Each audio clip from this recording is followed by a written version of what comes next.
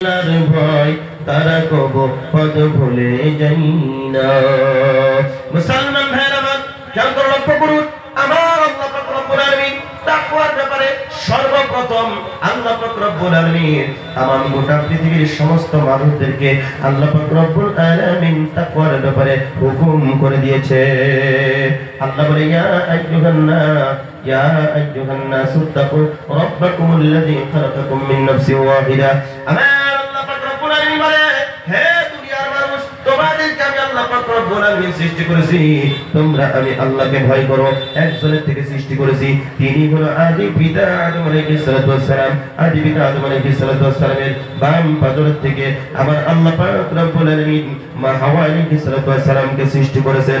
এদের দুজনের মধ্য থেকে পৃথিবীর জমিনের মধ্যে আমার আল্লাহ পাক রব্বুল আলামিন অগণন নারী এবং পুরুষ আমার আল্লাহ পাক রব্বুল আলামিন সৃষ্টি করেছে। একটু জোরে জোরে বলা যায় কিনা সুবহানাল্লাহ।